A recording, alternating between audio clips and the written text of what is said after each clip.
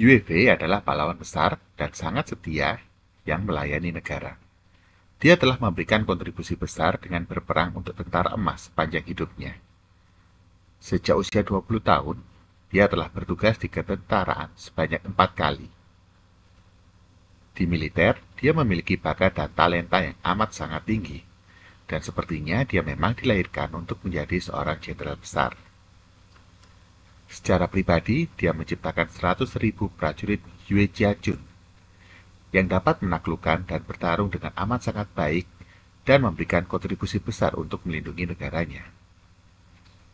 Yue Jiajun adalah brigade tempur yang sangat kuat yang dibangun oleh Yue Fei. Ini adalah kartu as dari tentara dinasti Song. Begitu kuat dan amat menakutkan brigade tempur ini, sehingga dengan adanya brigade tempur ini, betul-betul dinasti Song sangatlah aman dari serbuan kerajaan-kerajaan dari utara.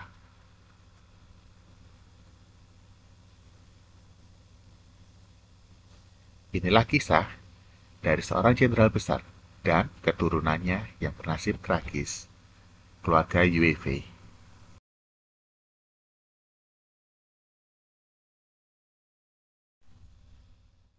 Yue Fei lahir di Kabupaten Tangyin di Songjiangsu, sekarang Kabupaten Tangyin di Anyang, Provinsi Henan. Seorang jenderal terkenal di dinasti Song Selatan. Ahli militer, ahli strategi, dan juga ahli kungfu. Yue Fei sangat ahli dalam menggunakan 18 macam senjata. Dia berguru dengan seorang guru yang sangat luar biasa bernama Zhou Tong. Dia diangkat sebagai pahlawan nasional terkenal dalam sejarah Cina. Dia merupakan salah satu dari 4 jenderal Chongqing di dinasti Song Selatan. Pada Januari 1142, Yue Fei dibunuh bersama putra sulungnya Yue Yun dan Chang Jian atas tuduhan pemberontakan. Masa bakti Yue Fei yang berakhir tragis itu terjadi ketika Yue Fei berusia 20 tahun, ketika banyak pasukan Jinping datang dan melakukan kejahatan. Kemanapun dia pergi, kelaparan terjadi di mana-mana. Bagaimana mungkin wilayah Cina ini diperbolehkan orang lain untuk menyerang dan menguasainya? Sehingga terbersit sifat patriotisme dari seorang Yue Fei muda untuk mempertahankan tanah airnya dan mendapatkan kembali wilayahnya.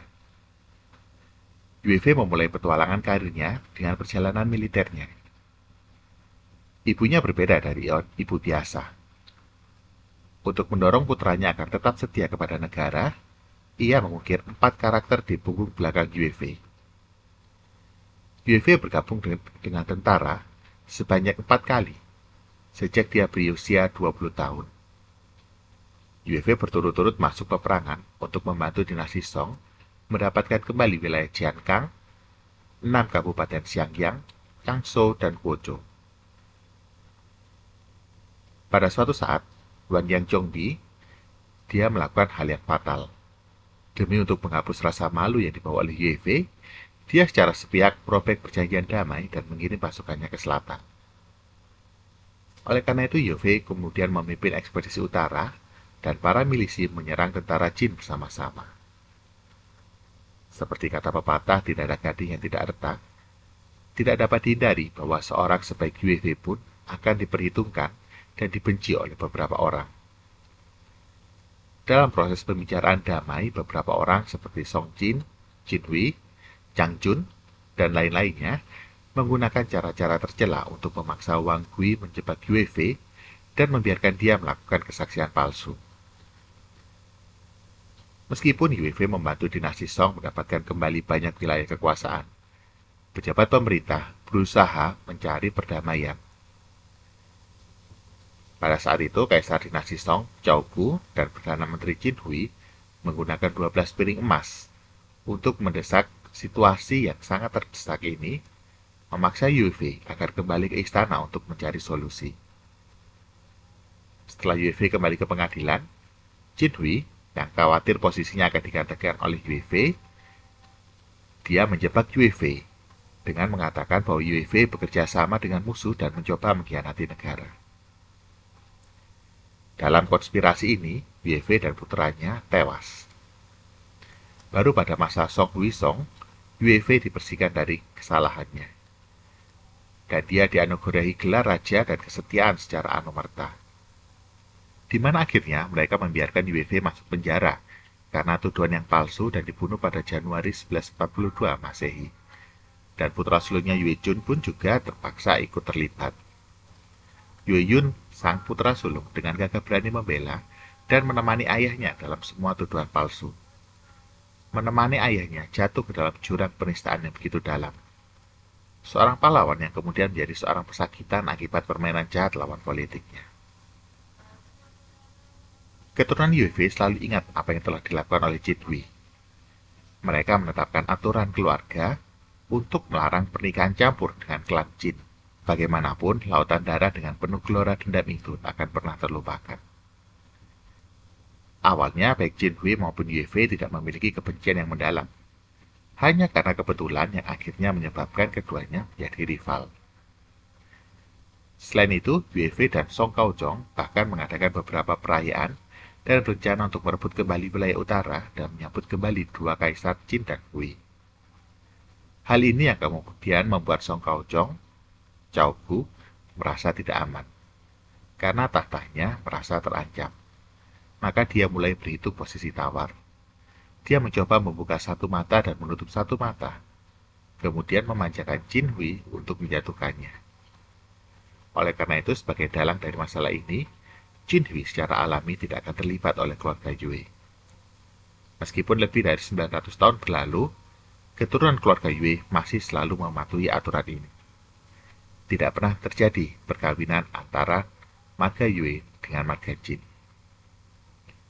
Kuil-kuil Yue Fei yang dibangun di berbagai tempat memberi kita begitu banyak cerita tentang perbuatan para pahlawan nasional.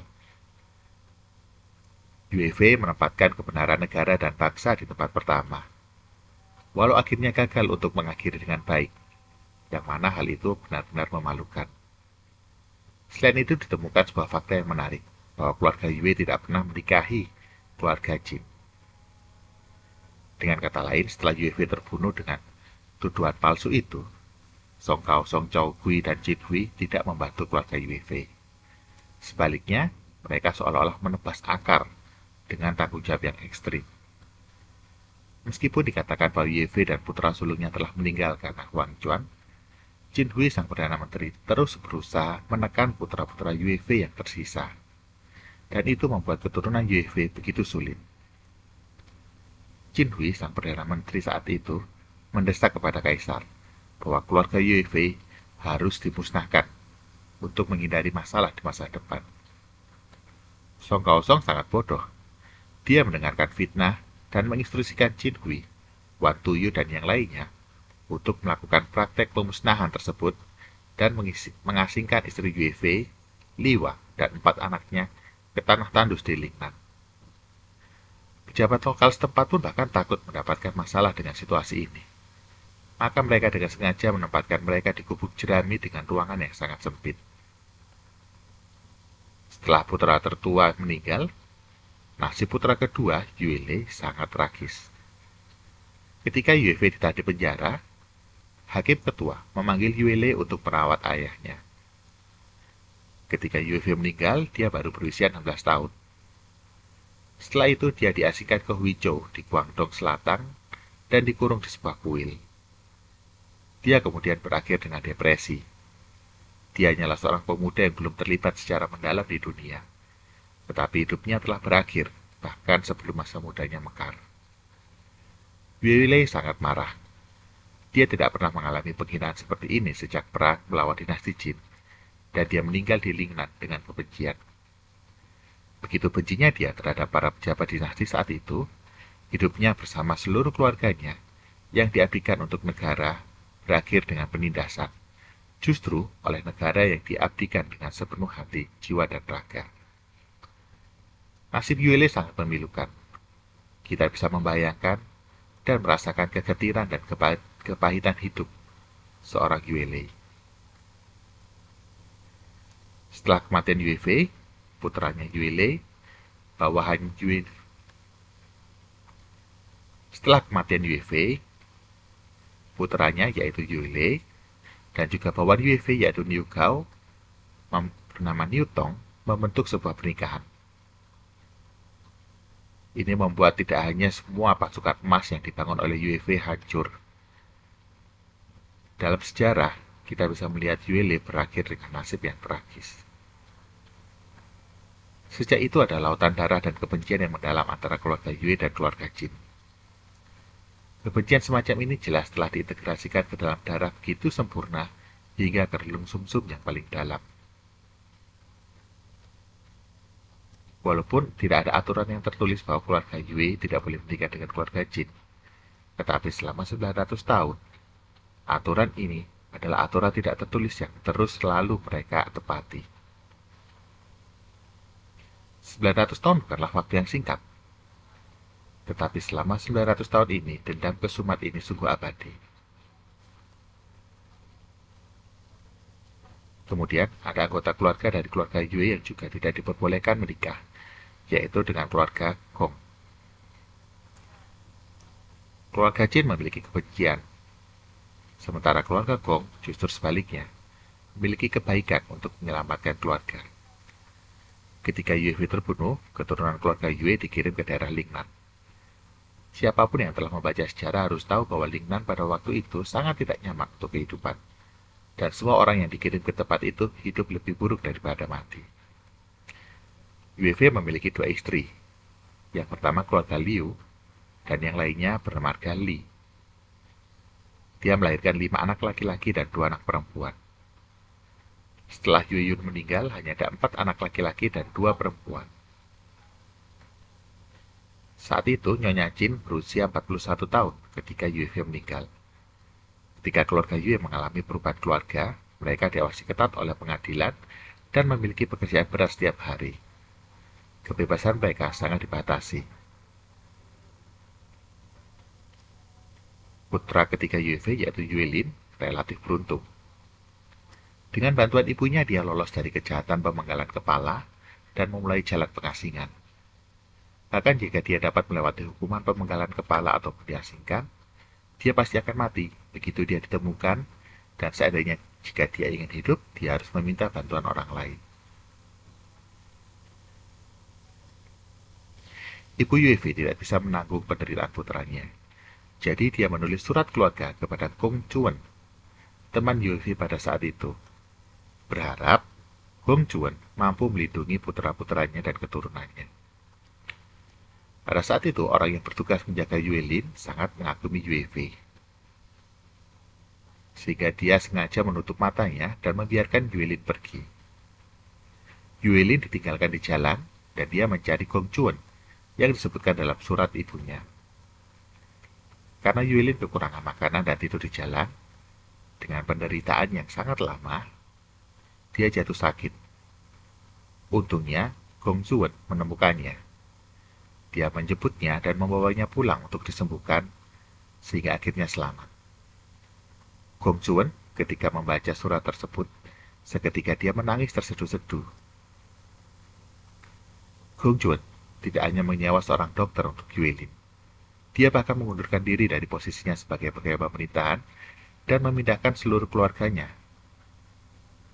Sejak itu, Yuelin telah menetap bersama keluarga Gong. Seiring berjalannya waktu, Yuelin setelah tumbuh dewasa, mereka menjadi saudara angkat.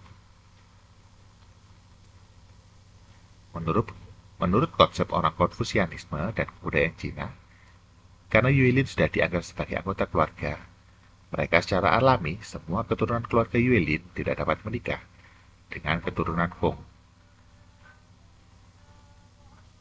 Ya, keluarga Yue tidak dilakukan lagi memberikan kontribusi besar pada perjuangan dinasti Song pada waktu itu. Namun, kesalahan yang dilakukan Qin Hui saat itu tidak akan pernah bisa dilupakan oleh keturunan keluarga Yue. Pada saat yang sama, keluarga Yue tidak akan melupakan kebaikan keluarga Gong. Untuk membalas kebaikan mereka, keturunan keluarga Yue selalu mengingat instruksi leluhur mereka dan tidak menikah dengan keluarga Gong. Mereka berharap menggunakan ungkapan ini untuk mengingat kebaikan keluarga Gong selamanya. Nama keluarga Gong adalah anugerah yang menyelamatkan jiwa bagi keluarga Yue.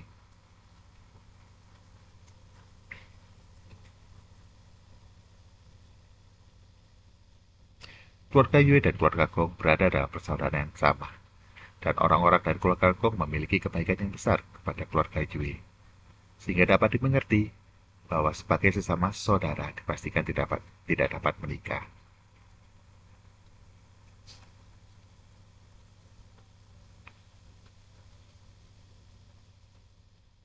Ya, keluarga Yue telah luar biasa selama beberapa generasi.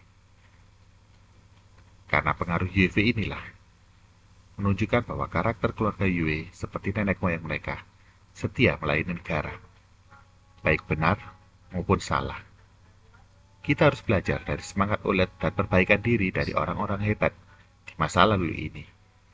Karena itulah, kami senang memberikan rubrik yang terbaru ini, yaitu Wushin History, sebuah catatan historis tentang tokoh-tokoh di masa lalu.